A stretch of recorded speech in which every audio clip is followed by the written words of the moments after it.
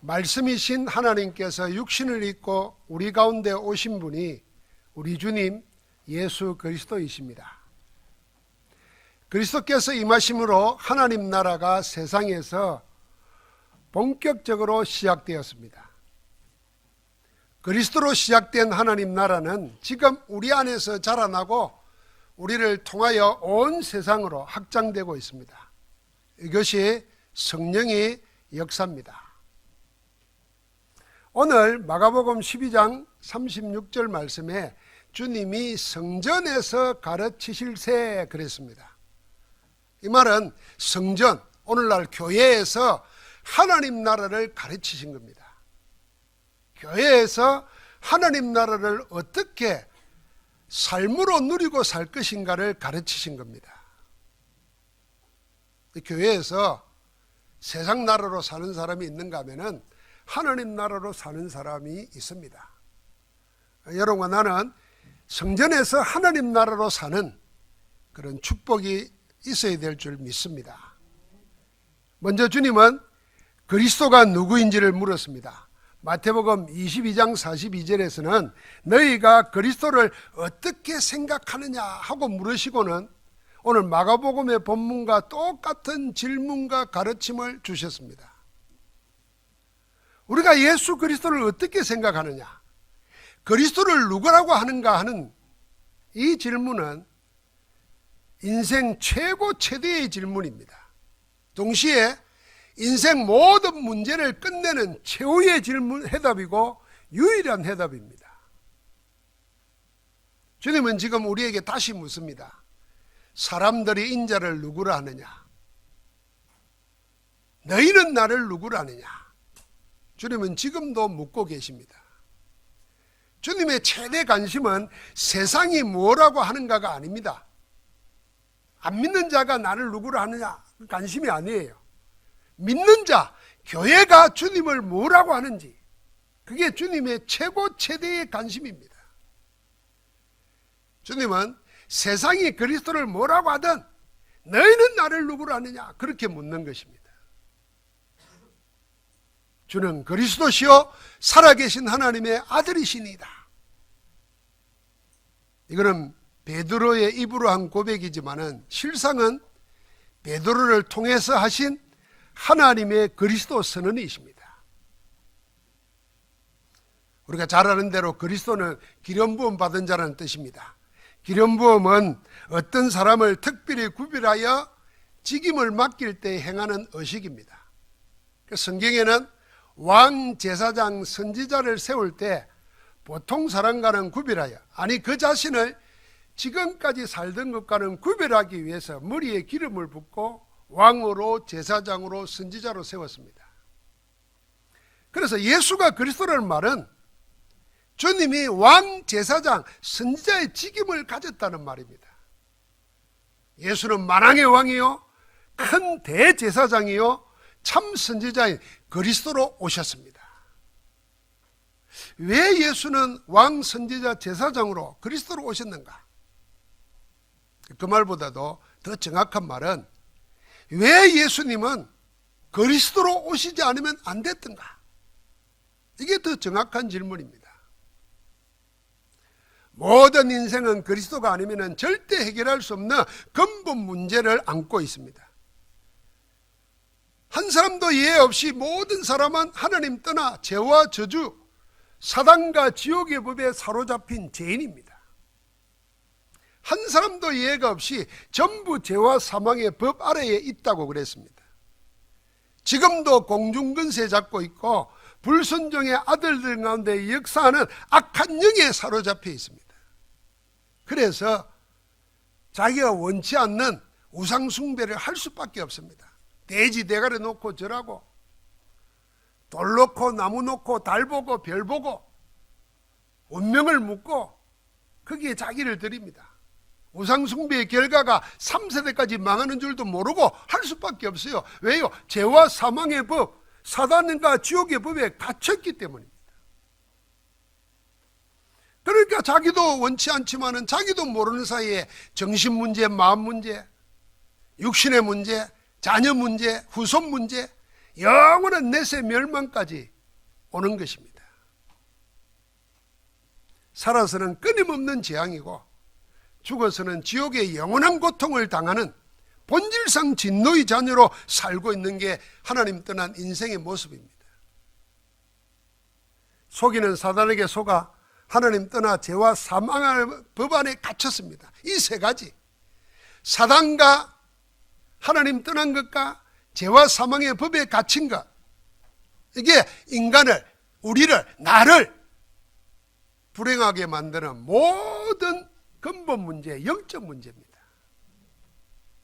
하나님은 이 영적 문제를 해결하시기 위해서 메시아 그리스도를 보내시겠다고 언약하시고 때가 되니 예수님을 그리스도로 보내신 것입니다. 그분이 바로 예수 그리스도이십니다. 예수님은 사단의 권세를 꺾으신 만왕의 왕이시요 죄와 사망의 법에서 우리를 해방하신 참 제사장이요 친히 하나님 만나는 길이 되어주신 참 선지자십니다. 인생의 근본 문제, 영적 문제를 단번에 영원히 해결하신 모든 문제의 해결자가 누구지요? 예수가 그리스도이십니다. 그래서 누구든지 그리스도 예수 안에 있는 자는 새로운 피조물이라. 여러분, 내 과거가 어땠든지 내가 태어나기를 뭘로 태어났든지 아무 관계 없습니다. 누구든지 그리스도 예수 안에 있으면 새로운 피조물이라. 새로운 창조, 재창조로 하나님의 자녀로 태어나는 줄 믿습니다.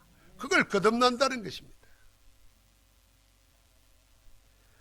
요한복음 1장 12절에 영접하는 자, 곧 그 이름을 믿는 자들에게는 하나님의 자녀가 되는 권세를 주셨다 그랬습니다. 우리가 믿음으로 예수를 그리스도로 영접함으로 새로운 피조물이 되는 것입니다. 여러분, 놀랍게도 신앙생활을 하면서, 교회 생활을 하면서도 한 번도 예수님을 그리스도로 나의 주로, 나의 하나님으로 모셔본 적이 없는 사람이 수도 없이 많아요. 그냥 믿고 사는 거예요. 그래서 하는 말이 믿음이나 영접이나 똑같단 말입니다. 맞습니다. 그런데 영접을 모르고 그냥 믿는 것은 다른 것입니다. 영접은 모셔드리는 겁니다. 계시록 3장 20절에 내가 문 밖에서 문을 두드리니 누구든지 내 음성을 듣고 문을 열면 내 영혼의 문, 마음의 문을 열어야 돼요. 내가 그에게 들어가 먹고 그는 나로 더불어 먹으리라. 함께 산다는 것입니다. 여러분과 내가 예수를 그리스도로 모실 때 어떤 일이 생기냐? 하나님의 성전이 되고 성령이 우리 안에 거하시는 전이 되는 것입니다. 그 하나님이 우리를 성령으로 인도하시고 책임지십니다. 그래서 우리의 삶에는 염려할 것도 없고 두려워할 것도 없는 것입니다. 그 신분의 근세를 가지고 기도할 때 하나님의 말씀을 행하고 하나님의 뜻을 이루는 천군 천사가 움직입니다. 성령이 역사하니까 하늘 군대가 동원되고 흑암이 꺾이는 겁니다.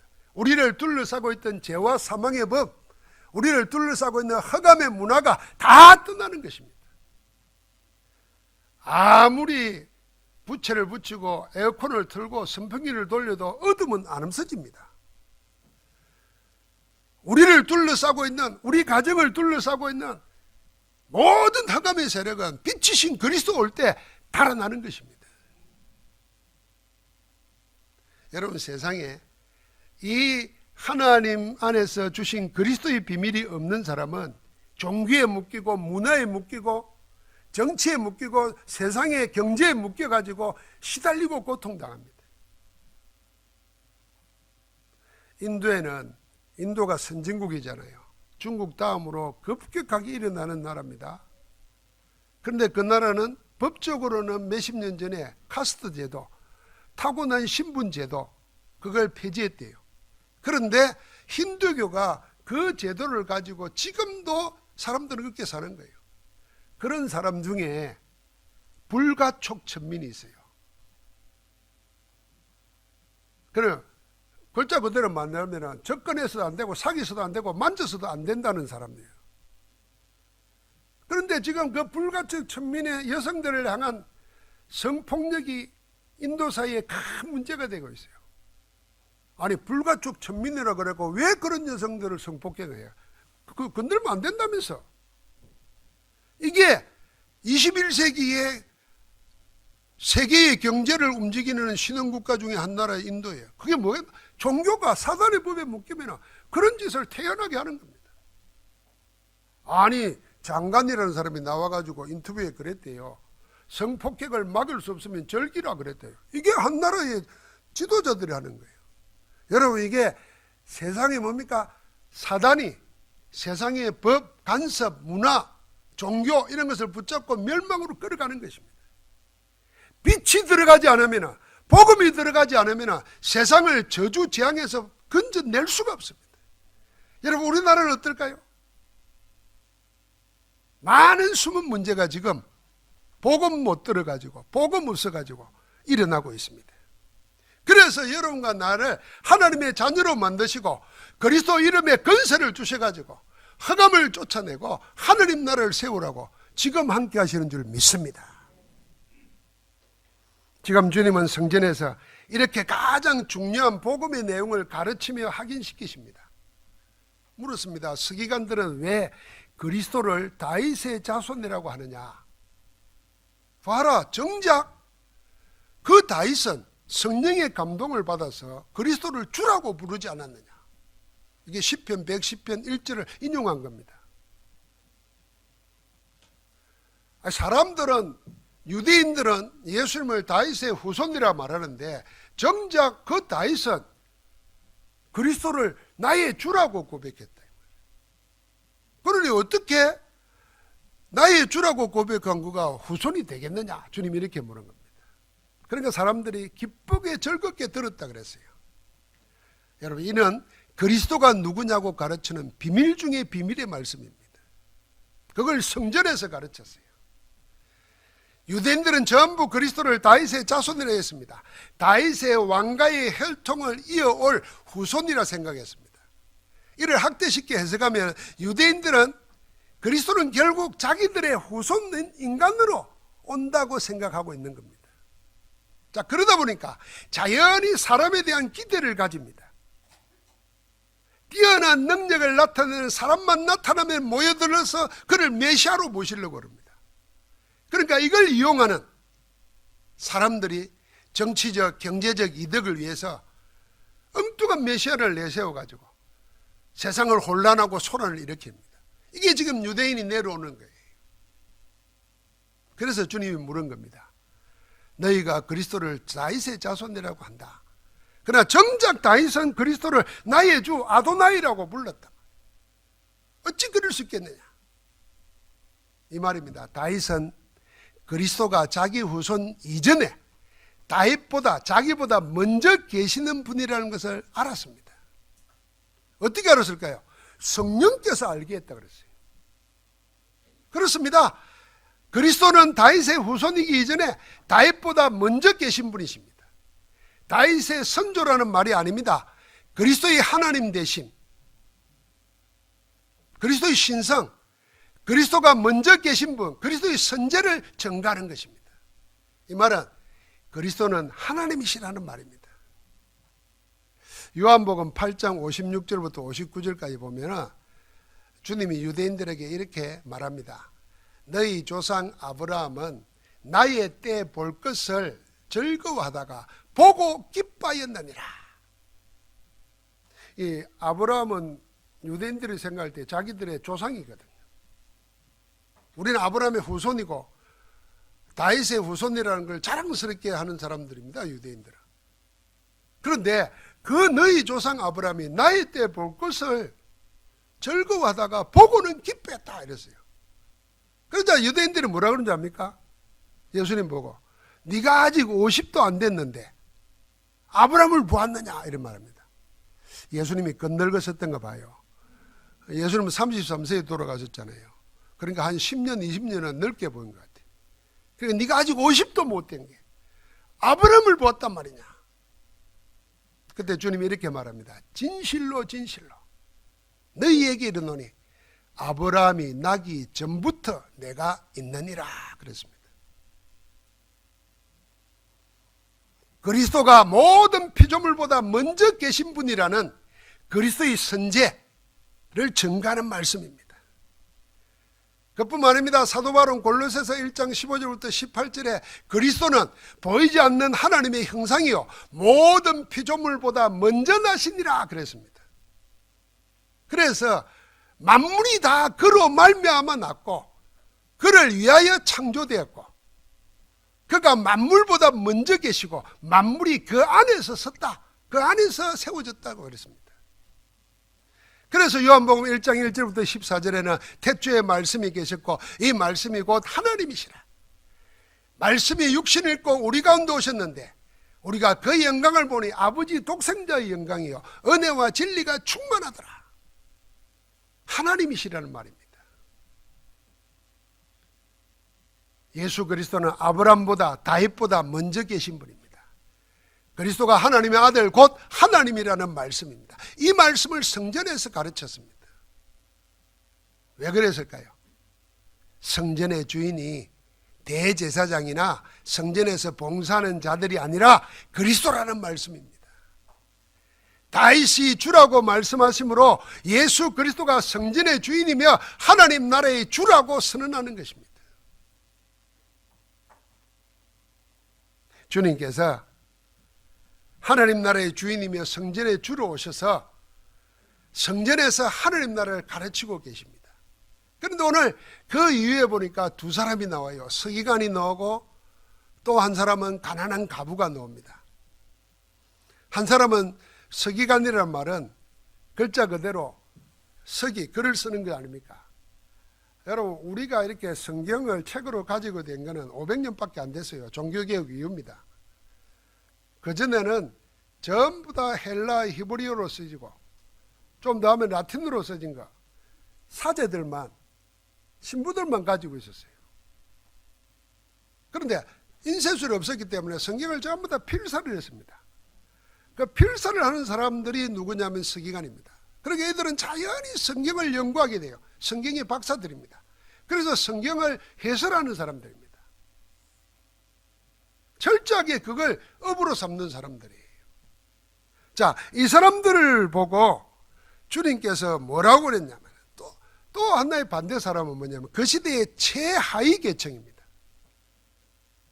유독 이런 말 안 해도 되는데 가부, 혼자 사는 여자, 그것 매도 가난한 자의 상징입니다. 그런데 그 앞에 가난한 가부 그랬으니까 벗어날 길이 없습니다. 주님은 그들을 유심히 살펴보신 것 같습니다. 입는 옷, 즐겨 다니는 장소, 심지어는 헌금하는 것까지도 자세히 보고는 그들이 전혀 다른 방식으로 성전에서 살고 있다는 것을 평가하셨습니다. 외식하는 서기관들을 보고는요, 너희 받을 판결이 누구보다도 더 중하다. 그래서 이들을 상가라고 평가했습니다. 그러나 가난한 가부의 헌신을 보고는 제자들에게 헌신의 모범으로, 헌금의 모범으로 가르쳤습니다. 전혀 다른 신분, 다른 방식으로 살면서 다른 평가를 받은 것입니다. 주님은 이런 평가를 통해서 성전에서 하나님 나라를 사는 두 삶의 방식을 우리에게 가르칩니다.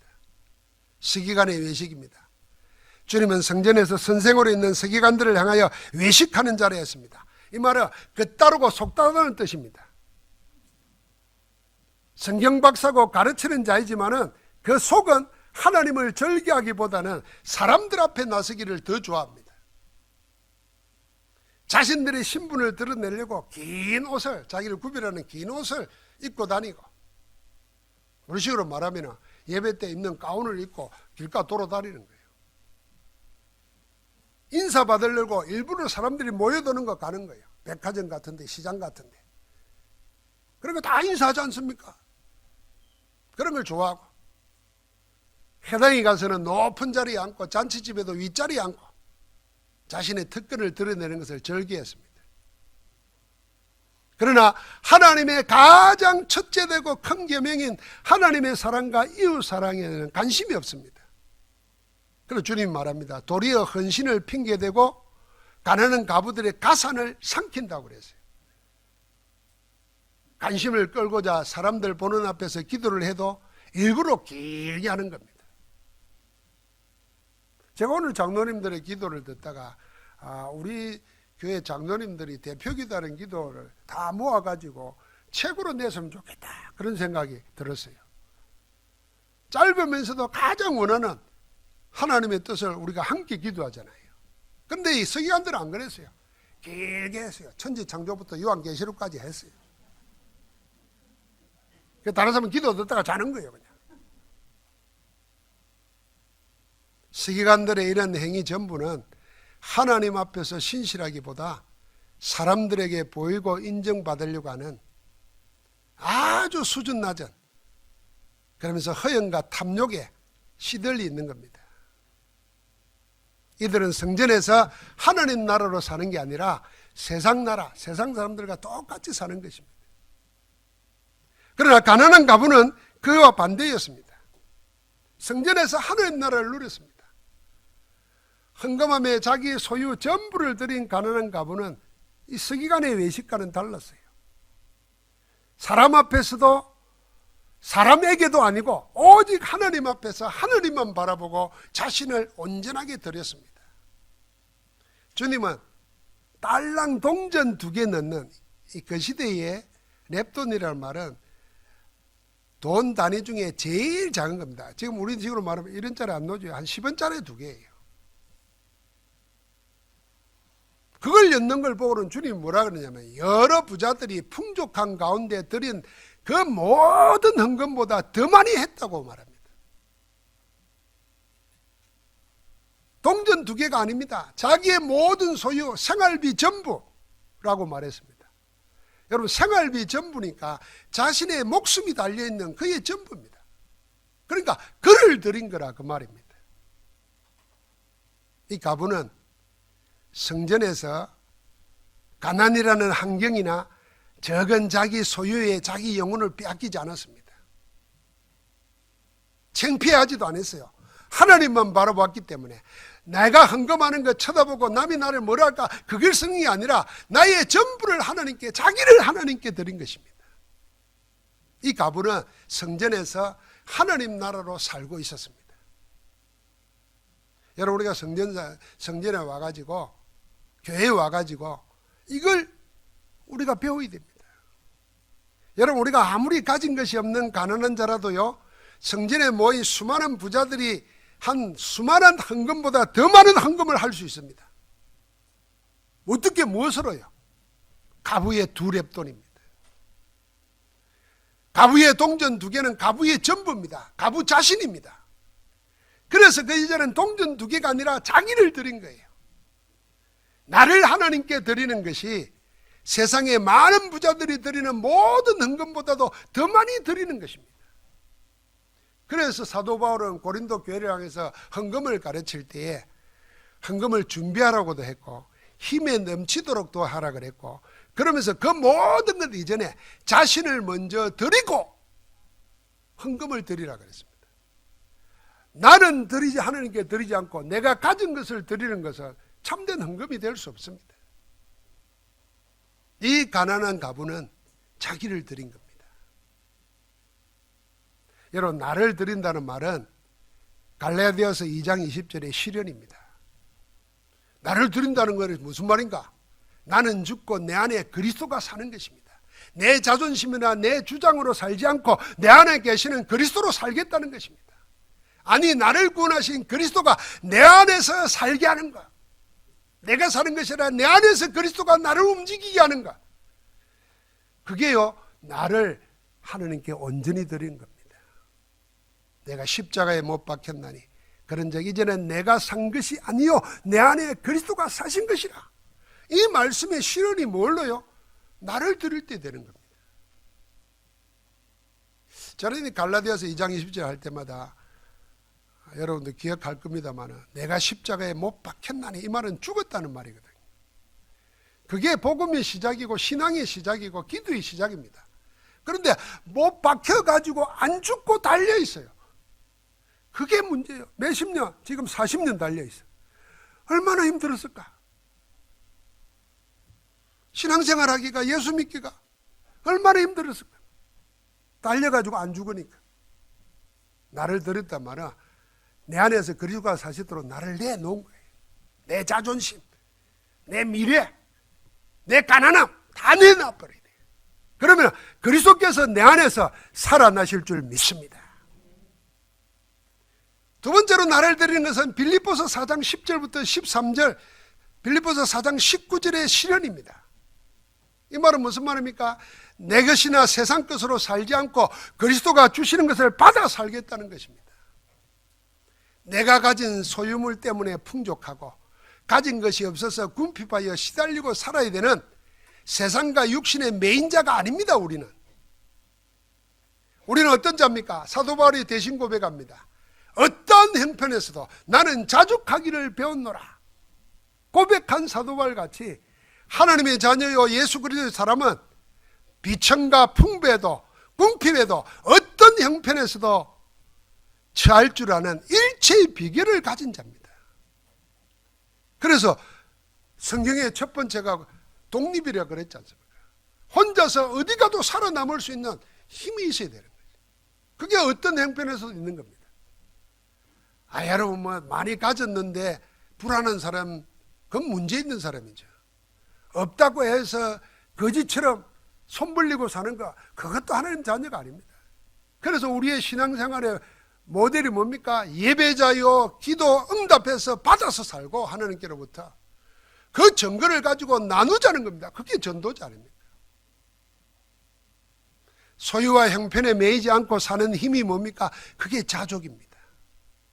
자족은요 어차피 없으니까 자기 스스로를 세뇌시켜 가지고 나는 없어도 괜찮다 하고 자의하는, 그게 자족이 아닙니다. 자족은 주어진 모든 것은 하나님이 허락하신 것이다. 하나님이 허락하셨기 때문에 하나님의 계획이 있다. 하나님의 계획은 하나님이 이루신다. 그래서 하나님의 언약을 미리 보고 미리 가지고 미리 누리고 미리 정복하고 감사하며 사는 것입니다.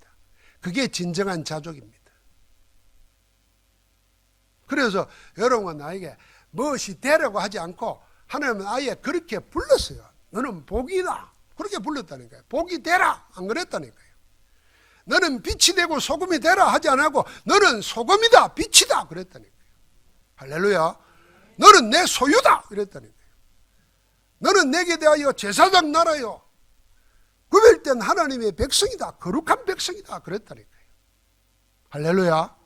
그래서 여러분 우리 영적 생활하면서 제일 귀한 길은 말씀을 말씀대로 믿고 고백하는 것입니다. 여러분 혼자서 고백해야 됩니다. 이랬으면 좋겠다가 아니고 하나님 말씀하시는 그대로 고백하는 겁니다. 말씀에 너는 하나님의 자녀고 너는 내 것이라 그랬으면 그렇습니다.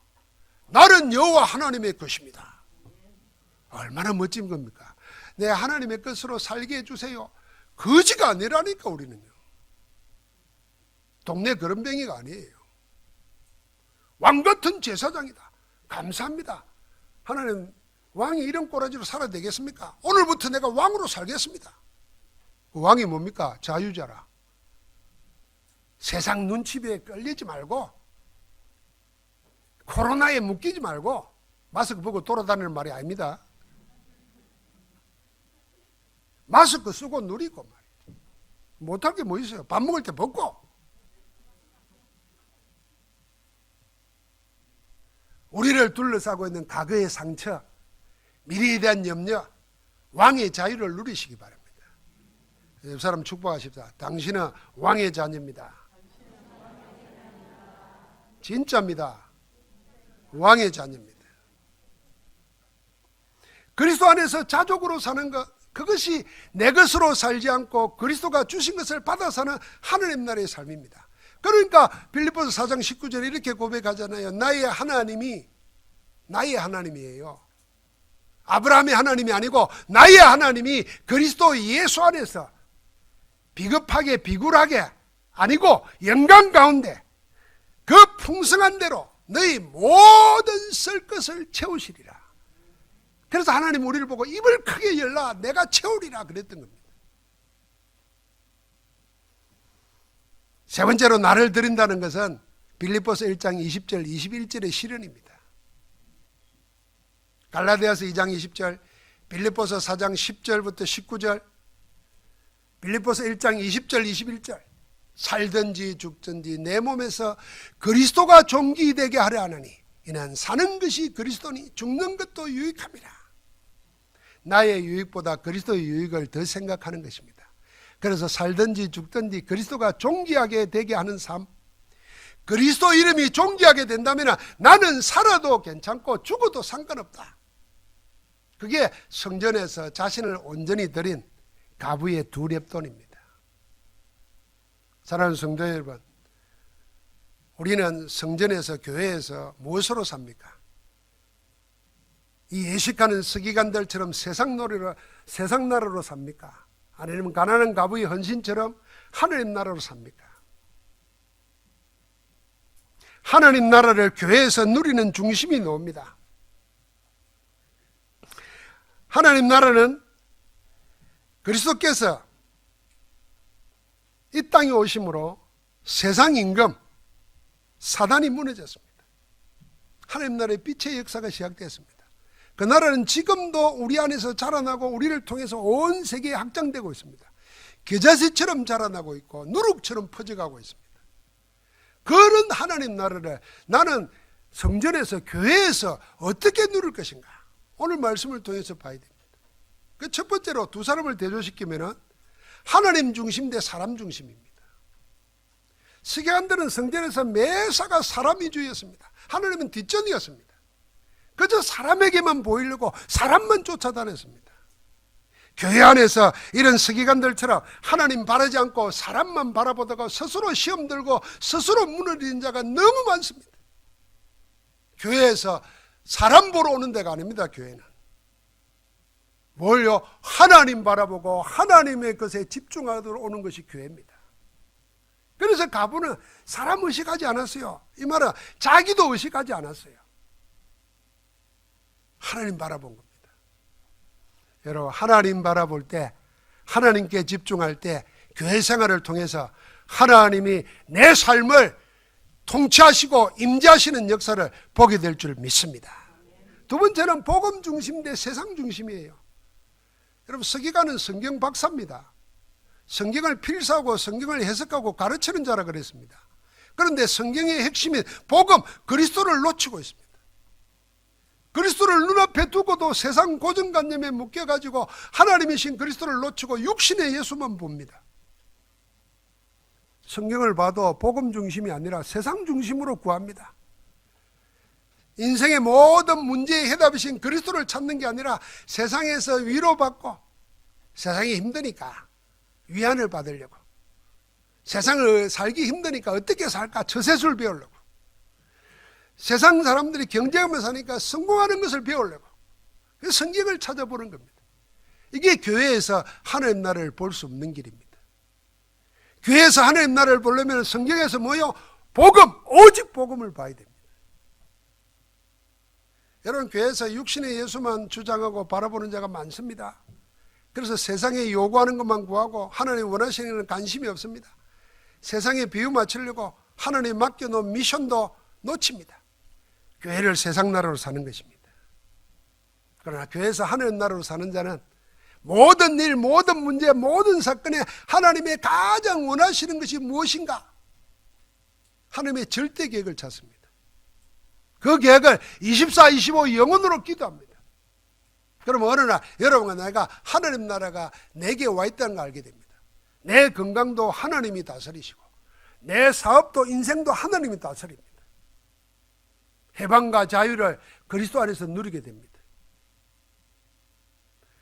마지막 세 번째로 교회 안에서 하나님 나라를 누리는 길이 뭡니까? 헌신 중심과 외식 중심으로 나눠집니다. 서기관들은 외식하다 그랬잖아요. 그 사람 겉모양만 바랍니다. 속사람과 자기 내면의 영혼을 바라보지 않습니다. 그런데 가난한 가부는 자기 겉모양, 겉모습을 보는 게 아니라 자기의 속사람을, 자기의 내면의 영혼의 깊은 것을 가지고 하나님을 드리는 겁니다. 하나님께 드리는 겁니다. 여러분, 우리가 교회 안에서 사람 바라보고 세상 중심되고 그러다가 외식해버리면 사단에게 농락당합니다. 나의 속사람을 성령이 역사하시는 하나님의 말씀 복음에 그리스도의 비밀로 충만하게 하는 것입니다. 하나님의 영으로 충만한 속사람을 드리는 그 헌신이 여러분 교회에서 예배를 통해서 하나님 나라를 보며 누리게 합니다. 오직 하나님 중심, 오직 복음 중심에서 나오는 주님을 사랑하여 나를 드리는 헌신으로 이런 교회 생활을 통해서 하나님 나라로 충만하기를 주님으로 축복합니다. 결론입니다. 그리스도께 속한 하나님의 자녀는 세상 나라에 살지만은 세상 나라 사단에게 속한 자가 아닙니다. 우리는 세상을 이긴 그리스도로 하여 하나님 나라의 시민권자로 세상을 사는 것입니다.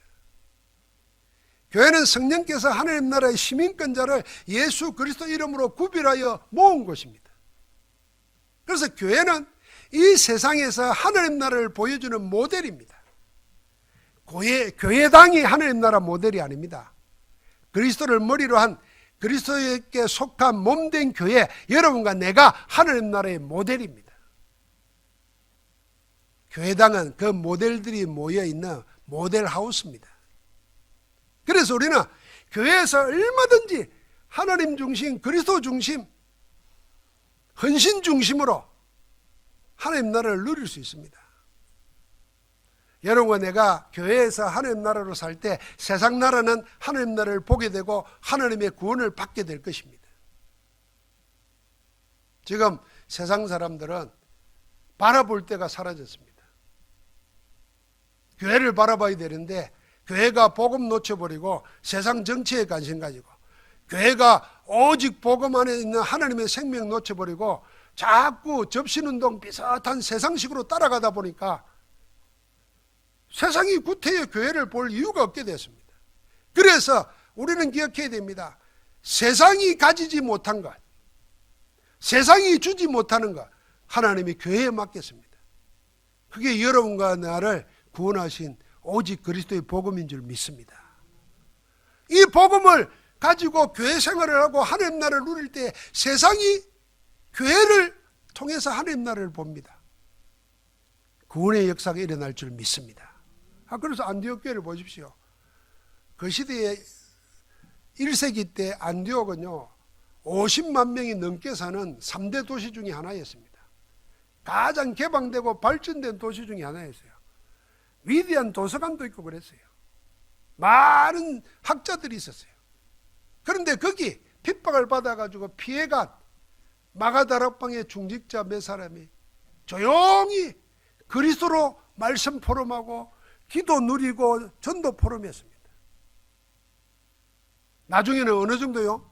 그 소문을 듣고 예루살렘 교회가 바나바를 파송할 만큼 바울이 개인적으로 훈련받다가 찾아올 만큼 데리고 왔어요. 바나바가 바울을. 그리고 같이 그리스도를 찬양하는데 어떤 일이 생깁니까? 세상 사람들이 보고 놀라는 겁니다. 그래서 그들이 한 말입니다. 저들은 그리스도인이다. 그리스도께 속한 사람이다. 그리스도의 사람이구나. 수많은 사람들이 몰려들기 시작했어요. 여러분, 우리가 막 전도지 나눠주고 예수 천당 불신 지옥 하는 게 아닙니다. 교회 끌고 오는 거 아닙니다. 여러분과 내가 교회 생활을 통해서 하나님 나라를 누리고 보여주면 교회가 세상이 오게 되어 있습니다. 교회로. 여러분, 거기에 정인으로 하나님 우리를 불러 세우신 줄 믿습니다. 이 축복을 누리고 살기를 주의 이름으로 축원합니다. 하나님 감사합니다.